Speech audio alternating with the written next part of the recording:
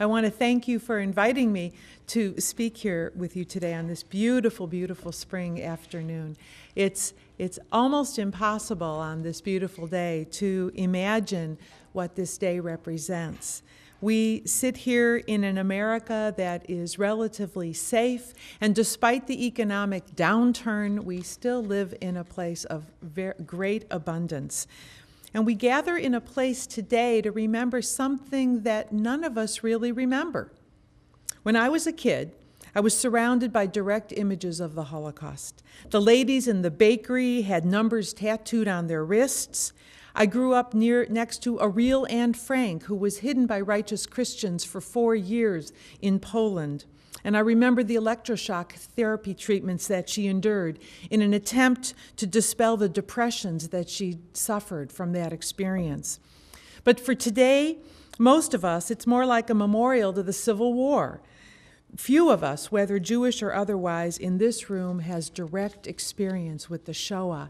And I'm using the Hebrew word Shoah instead of the word Holocaust, because the word Shoah, it's Hebrew, and it means complete destruction. It means catastrophe. It means chaos, which for the Jewish people, we were not completely destroyed, but it sure was quite the chaotic time. Oi, oi, oi. Okay. Some of us are descendants of survivors, and others, like me, were their neighbors. Yet the question that interests me right now as a rabbi is, how are we going to rebuild Judaism in the West this time? Because it is so true that after every major shift in the Jewish population's life, every catastrophe, every exile, we move to a new land and we reboot the whole system. And what are we going to do now after this major disaster? How do we drive forward while looking in the rearview mirror? Because we don't want to leave what was behind, but we don't want to bring it all forward. What was. We're here now. What are we going to do with that population and those possibilities? In the Jewish world, like other recent immigrants, there is a struggle to figure out how to preserve the gifts of our heritage in the United States. And we actually, at this point, reject the idea of the United States being a melting pot. That was an idea that was promulgated in the early waves of immigration, and it was a way to sort of make it seem possible that we could become part of a new enterprise. But in fact, in today's world, we celebrate diversity, and we celebrate the gifts that each culture and each religion has to bring to the larger conversation. And so instead of assimilating and melting into the background, each culture, each family, each religion strives to figure out what is the gift that they can give the world. And that's where we are today. So how does Judaism reboot itself in this new country?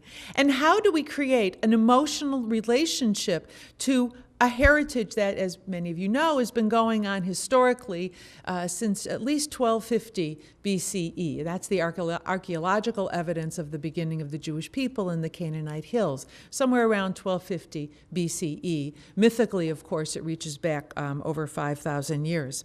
But how do we create a relationship to that history and that heritage? A relationship that becomes so essential to us that it's essential to who we are as Jews, and that we could actually pass it on in some semblance of form to the next generation. I want to suggest that we cannot rely on the Holocaust and the state of Israel to provide that emotional and spiritual connection to Judaism. That while we have, those two things have the capacity to involve a lot of emotionality, and you don't need to go there, they're not a strong foundation upon which to reboot Judaism. And I use the word reboot. I like the image. We've got this whole system and it needs to be refreshed. Maybe it's the refresh button. I'm not sure.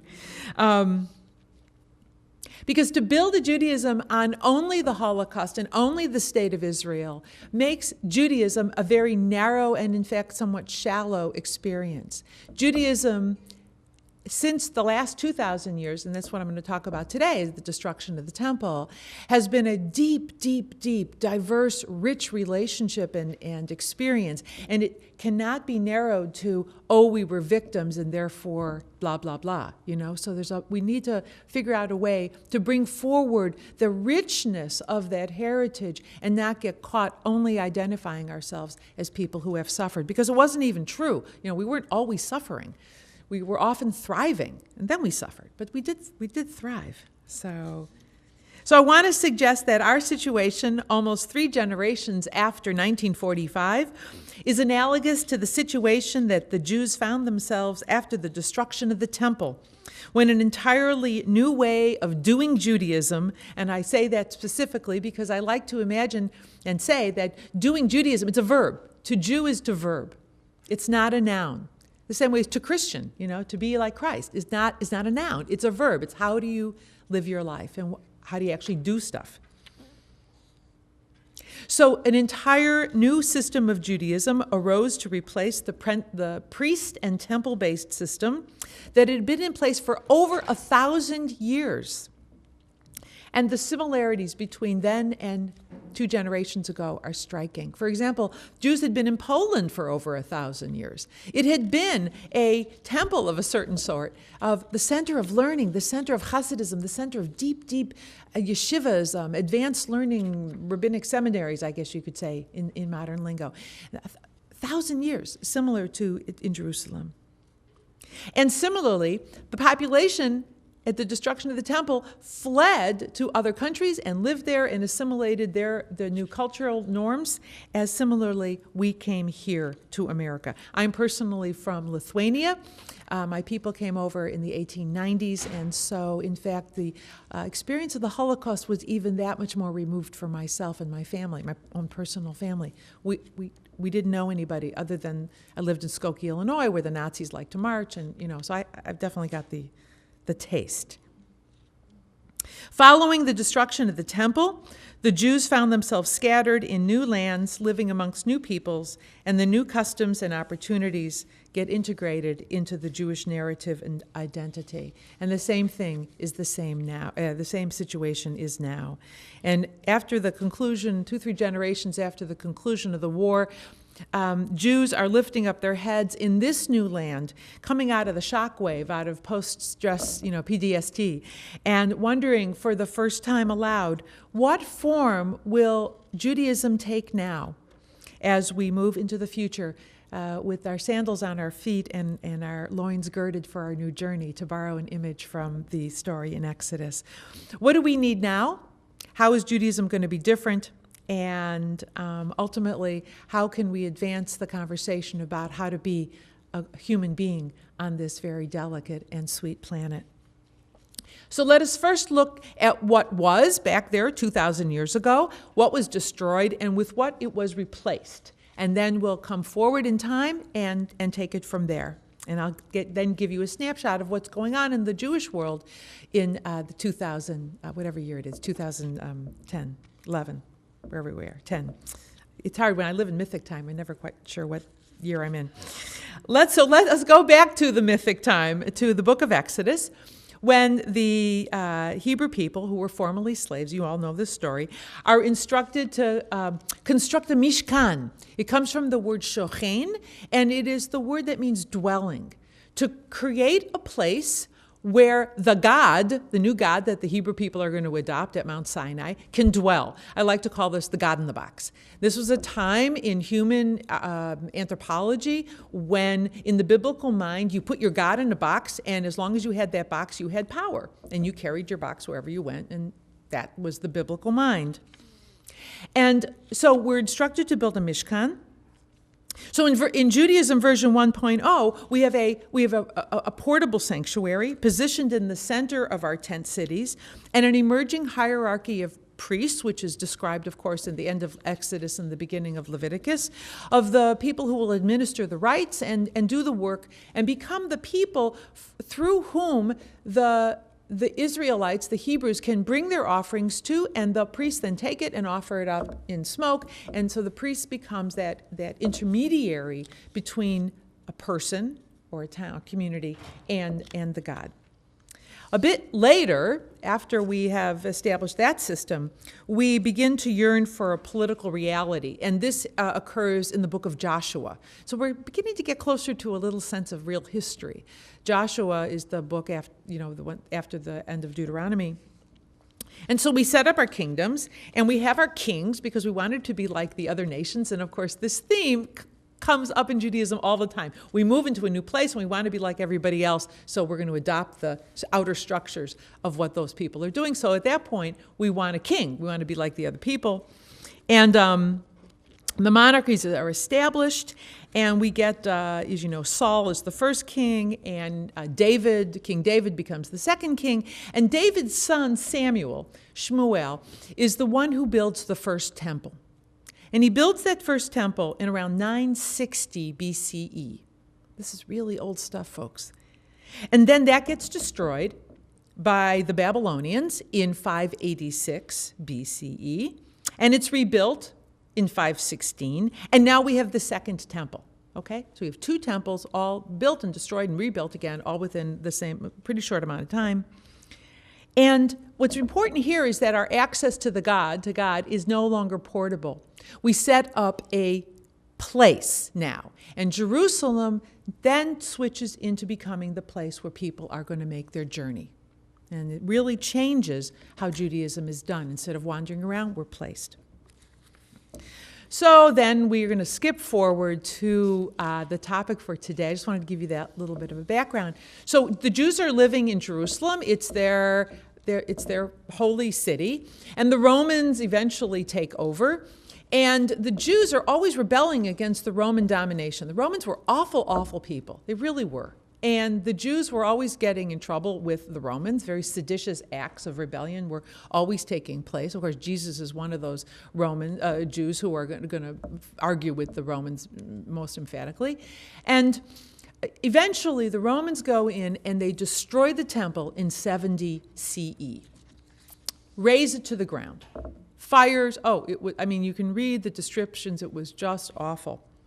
But that didn't stop the rebellions. One more final rebellion occurs, led by Rabbi Bar Kokhba, who people believed was a Messiah. There was a lot of Messiah stuff going on at that time in first century Rome. And that is finally defeated, and the entire Jewish population is wiped out and exiled in 135 CE. Okay, so now we're even past a little bit into the first century. So after the final, I want to talk a little bit about that destruction. There are historians who were writing back then who were commenting on what it looked like. There were Jewish historians, because we have the idea of history having begun back with the Greeks. So we're getting closer and closer to real history. And we have descriptions of what it was on, and you might as well have been in Auschwitz. Jerusalem was destroyed. Holocaust. Complete devastation, with over, according to Josephus, 1 million Jews killed and more exiled.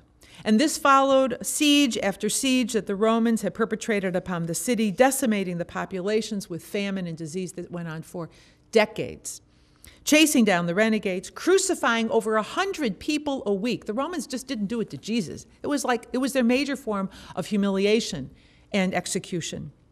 It's annihilation, and it's the annihilation of Jerusalem is remembered to this day on the holiday of the 9th of Av, which happens in the middle of the summer, and it's we chant lamentations in the most melancholic melody you've ever heard. And we sit on the floor, we light candles. To this day, Jews remember the destruction in Jerusalem in a very visceral way. We don't just talk about it. We actually sing Lamentations. And if you haven't checked out Lamentations, read it out loud. It's the antithesis of Song of Songs. Let me put it that way. Whew. And what was interesting about this time is the Romans thought that their acts were justified, because in the ancient mind, the only way you could be destroyed is if your God abandoned you. And so the Romans felt that their actions towards us were justified, because from their perspective, how could you destroy a people if their God had not abandoned them? In other words, it was our fault that we were destroyed. Blame the victim. This theme will be repeated unendingly in the history of the Jewish people. Conspiracy theories, projecting others' fears onto our people, reach way, way back. It's our fault that Jesus is dead, that the banks fail, whatever, and therefore we must be hunted down. But that is another tale for another time. Because I pause here to ask, what does it mean for a people, for a civilization, for that civilization's reality map to be irrevocably changed? We lose the temple. We lose the way that people can come and connect in with their God, to make peace and wholeness, to offer up fruits of thanksgiving and thankfulness of abundance, and also festivals and times to get together and make matches for marriages and stuff. I mean, all that took place in the temple. Tribes would come from all over the area a couple of times a year and make marriage matches. So it was these huge festivals that took place also. All of that was wiped out. And the question is, can a people be wiped out? Well, no, not if they don't let it. And that's the story of Judaism. Our history is not one of stops and starts, but rather can be understood through a lens of integral, developmental, dialectic process. For the Jews, when the place is eradicated, we draw upon our mythic history to release the next version of the software, a new operating system with new hardware. That is what the generations of the rabbis did following the expulsion in 135 CE out of Jerusalem. They created rabbinic Judaism. Now, this had already begun because there was always arguments going on between the Sadducees, who were the priests in the temple, and the Pharisees, who were it's like the city priests and the country priests, There was already this fighting going on, and the Pharisaic Jews were already starting to form what would become rabbinic Judaism. So 3.0. Rabbinic Judaism, where we get the over 600 years of a conversation, a salon, if you will, where the men, and it was mostly men, although we know they were influenced by their wives, which is a whole other conversation, they comb through the texts and try and figure out, well, if the temple's no longer existing, how do we do the Torah? Because we're Jews, it's a download from God. We have to be connected into God through Torah. How are we going to do that if we don't have a priestly system? So, for example, they replaced sacrifice with prayer. And they replaced bringing of your tithings to the temple to bringing tzedakah, making sure there's charity within a community that supports the community. So they replaced the particulars of one system with the particulars of the other system, but the need to be connected in through Torah to God never changed for these rabbis. And so we have a 600-year conversation that gets written down in something called the Talmud. Some of you may have heard of the Talmud. What's amazing about the Talmud, if you've never seen a picture of it, of a page, if you've never seen a Talmud, is that you have a little bit of text in the middle of the page. And then you have somebody's commentary on the top. And then you have somebody else's commentary going down the side. And then on the bottom. And then over here. And none of them necessarily agree with each other. Because they're also commenting at different epochs. Some of the commentaries come from 1000. Some of the commentaries come from 1500. So there's this lively, lively conversation. And nobody really cares who's right. It's not about being right. It's a beautiful thing to teach the world. That's one of the gifts, actually, Judaism has to teach the world, is how we debate, how we look at problems, where we make sure that everybody's perspective is sitting at the table. One of the things I like to teach is that, it's a little off topic, but the Roman word for peace is pax, right? It's Latin. And it means I win, you lose. It's not exactly what the word shalom means, which is shalem, and in Arabic it's salam, same word. It means wholeness. It means everybody's at the table, we all got to talk. I win, you lose is no way to run a world, as we know. Okay, well anyway, back to this. Okay. I can talk forever about that one, okay. But what's really interesting, to sort of build on that and get back to what I have to say is that Judaism does not embrace the value of dogma and centralization. One of the things that changed in the loss of the temple was the loss of the idea that it had to be centralized, a centralized place for worship. Now, in fact, by the time of the Greeks, there were already synagogues, there were already satellite things going on. Not everybody could get to the temple. So, in fact, perhaps even the image that there was a single place was all mythic already, because it wasn't true. But we like to imagine that it was true. But regardless, Judaism has never really held strongly onto this idea of dogma and centralization. And therefore, it has an amazing ability to regroup and move forward. And I also just want to say that out of this comes this really deep teaching that there's just never one way to Jew. There's never one way.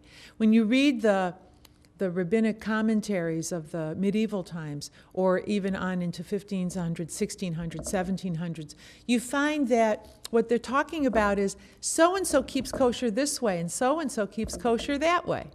There's no judgment as to which way it's right.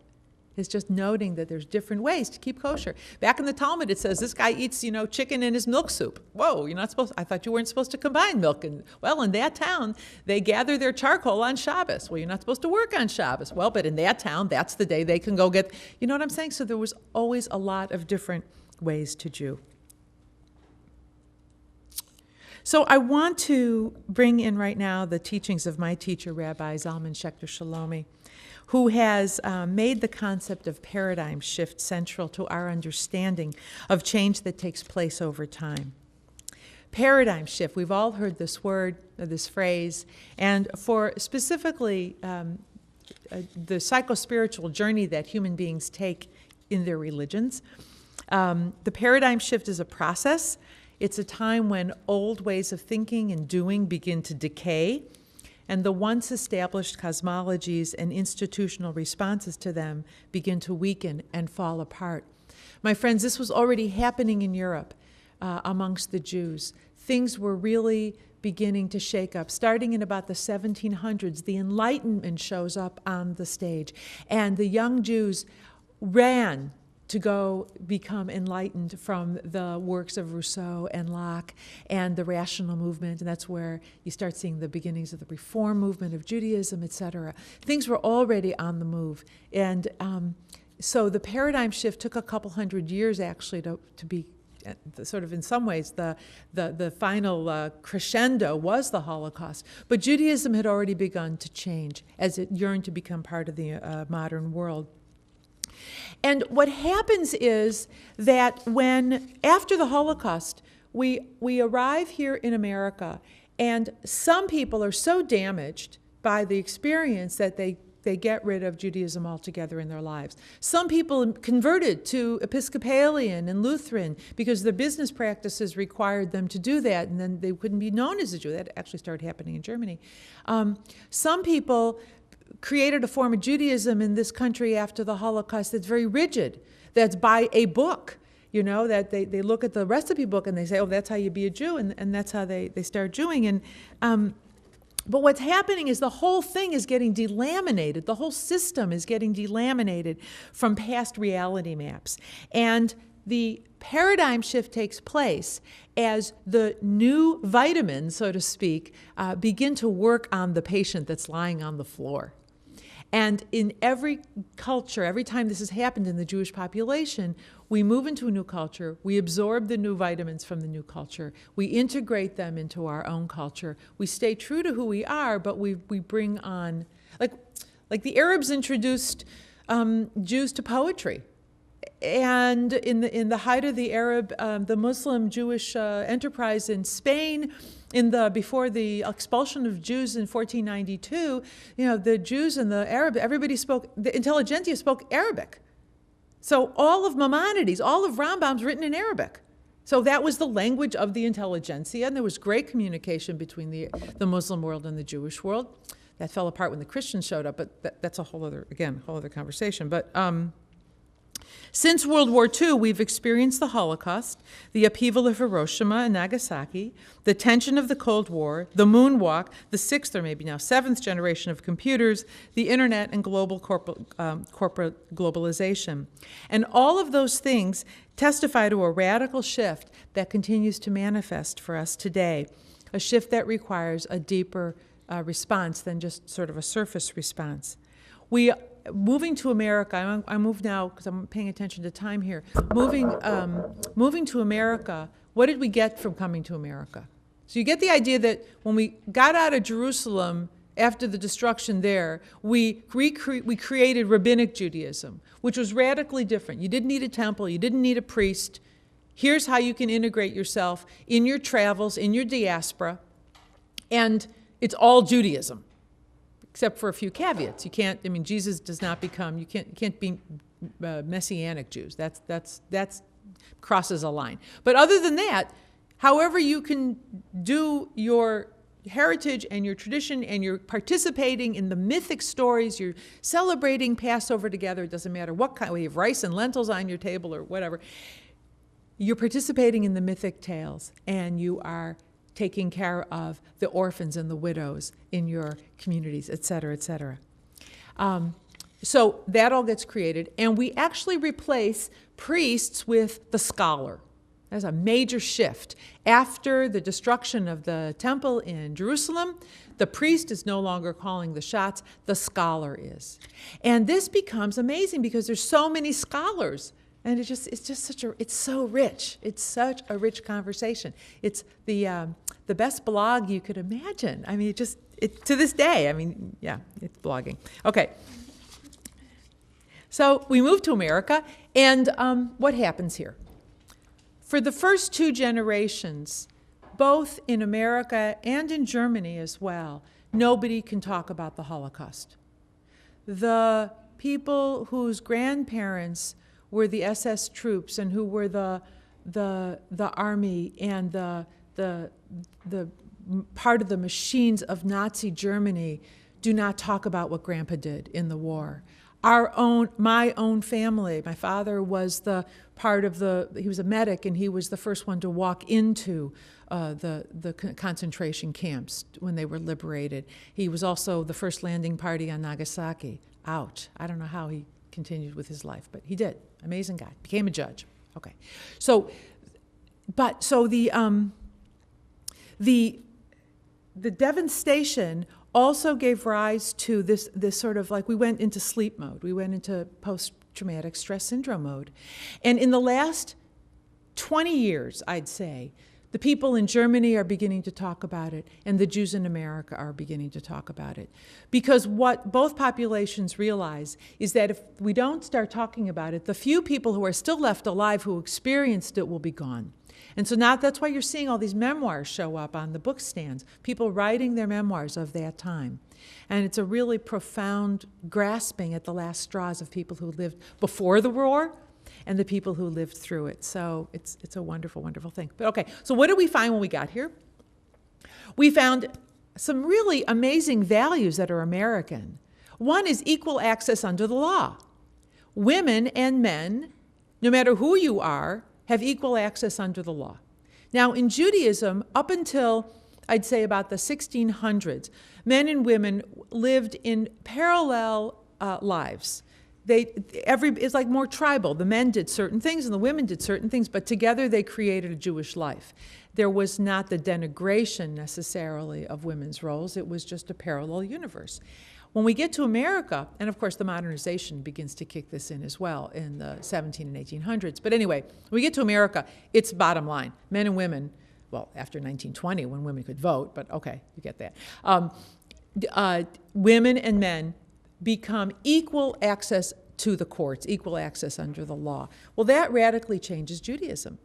Because now what you have is women partaking more in the public role of ritual, especially ritual leadership. So that in 1972, the first women were ordained as rabbis in America. Wow, that's a major shock.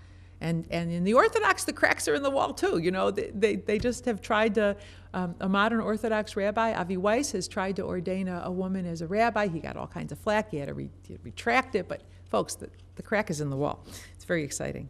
What else did we absorb when we got to America? It wasn't as much America as it was the times in which we are growing up. My generation raised our kids to have them be aware of the environment and of ecology, and that they are part of a planet. This is a very, very important thing for all human beings, and it is now being embraced by this reemergence of Jewish identity in this country in the form of something called eco-kashrut. You know, the word kosher means, kosher, you separate meat and milk, and their slaughtering techniques have to be observed so that you're not abusing the animals, and there's certain parts of the animals you don't eat. I mean, it's all in parts of Exodus and Leviticus, of how you achieve holiness and sanctity through the very food that you put in your body. Okay, very nice. The addition now is, are you raising those animals in an ecological way? Are you producing organic food? Are you making a system so that when we produce our food, it has an ecological component to it as well as a kosher component to it? It's really wonderful. The other thing that's happening in the last 50 years is scholarship, and especially the feminist enterprise. And that has cracked open Judaism far beyond anything anybody could have imagined. Well, we women probably could have imagined it, but okay. You now have 50 years worth of women going to advanced degrees, PhDs and seminaries and yeshivas of study, Jewish study, who are now contributing their conversation to the whole enterprise. And Judaism has undergone a major reboot in the eyes, in the field, in the God field of feminist commentary. So that's very, very exciting. This shift, like all living processes, is not a mechanical shift. It's an ongoing metamorphosis, and it has growing pains. So just like at the end of our time in Jerusalem, when the rabbis over 600 years, like I say, that salon, the growing pains were there. People were moving into new cultures. Things were showing up they'd never seen before. They had to figure out, how can we do X when we used to do Y? It was growing pains. It was really hard. Similarly, we are having growing pains here. We are very excited about those growing pains, though, because growing pains means that you're growing. So this is good. So in America right now, where we are, is that we're beginning to come out of the fog of the Holocaust, of the Shoah. We're beginning to wake up, shake our heads, and say, we are in this new place, and our children are so assimilated into the American culture that we are afraid that they will not have an emotional and a spiritual attachment to their heritage. And I mean, my kids grew up in North Pomfret, Vermont. They were the only Jews in the school, you know, and I grew up in Skokie, Illinois, that they used to shut down 3 major high schools on the high holidays. Right? So radically different life experiences for our children. And the question is, how do I really pass on something to my kids that they're going to grasp with their hearts, and that they're going to grasp with their minds, and they're going to grasp with their bodies? And so what I want to suggest to you is that what's going on in Judaism right now, the renewal of Judaism, is coming forward in the participation of women as full and equal partners in the creation of this new phase of Judaism, with the earth as at the center of all that we consider and all that we do, so that ecological concerns are front and center to what we are doing. Rabbi Arthur Waskow calls the way the dependence on oil the scorched earth policy. Very, very poetic. He's an amazing guy. And okay, the other thing, as I mentioned, is that being in America is equal access under the law. And finally, there is in America something that that Jews haven't experienced in a long time. I'd say since the medieval times in Spain, and even that was kind of sketchy. And that is the ability for us to engage in interfaith work and interfaith dialogue like literally never before. Because we live in a country that, at least in its constitution at this point, the state will not allow acts of crime, of hate against religious groups. Not that it doesn't happen, but boy, you get slammed if they convict you of that. So we're living in a time of great assimilation. And we are living in a time when the Jewish people are waking up from this fog that they've lived in of post-traumatic stress syndrome. And they're living in where the state of Israel exists. And the state of Israel, my friends, aside from all the political stuff that goes on there, have you ever, any of you been to Israel? It's the most vibrant place on the planet. Who knows? The vortexes are there, whatever. But what's happening in Israel that I have to tell you, I've lived there twice in my life while I was in rabbinical school. And what goes on in Jerusalem right now, I mean, everybody's nuts there. It's like, that's just what it is. But you have a crossroads of Ethiopian Jews, Yemenite Jews, Eastern, Ashkenazi Jews, Sephardic Jews, Arab Jews, Chinese Jews. They're all showing up in Jerusalem, and they're all bringing their music, and they're all bringing their art, and they're all bringing their drama, and they're bringing their juggling. And Israel is one of the most vibrant places on the earth for integrating the cultures from all over the planet. And so a very interesting thing is happening. The Holocaust happens.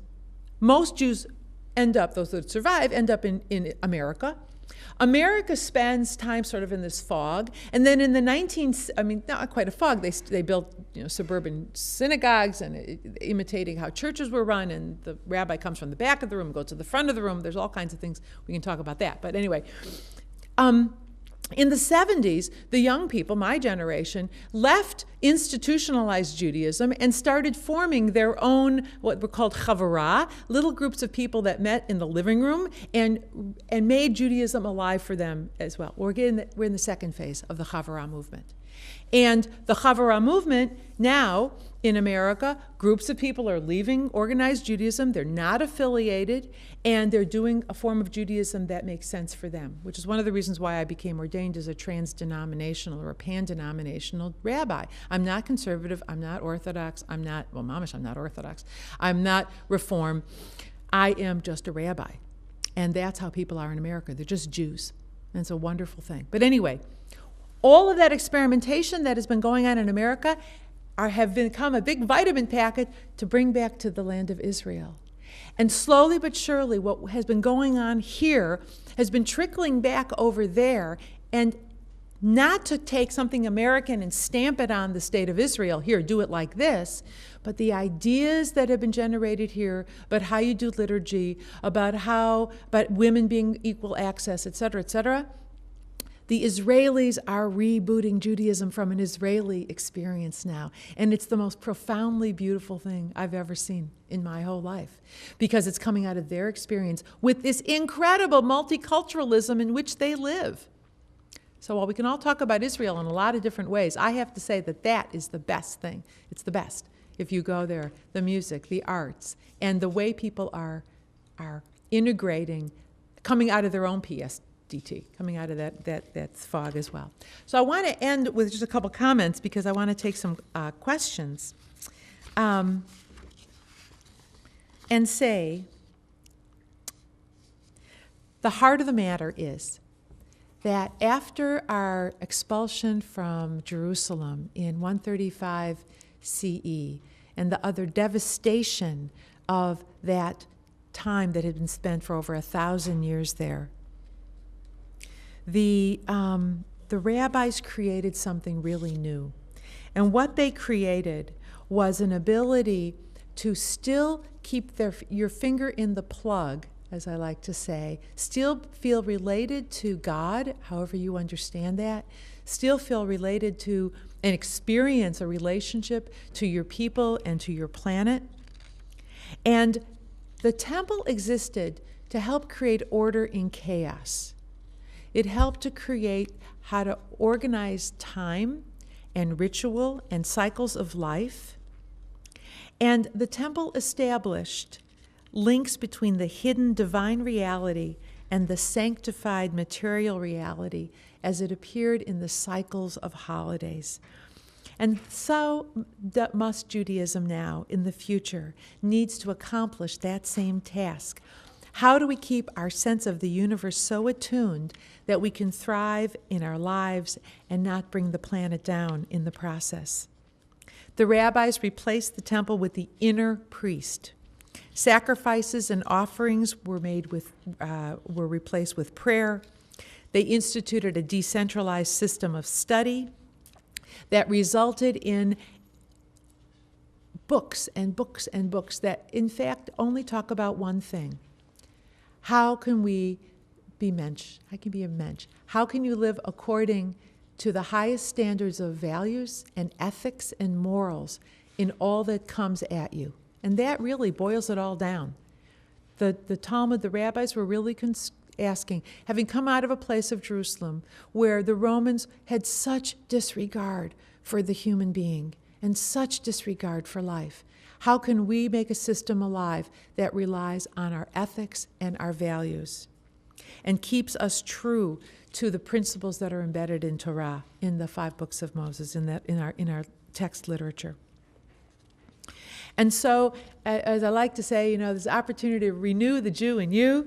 The enterprise that we're in right now is a very, very, very exciting time. And I feel the excitement mostly because I'm hanging out with people who are also excited. And we're singing, and we're chanting, and we're drumming, and we're dancing.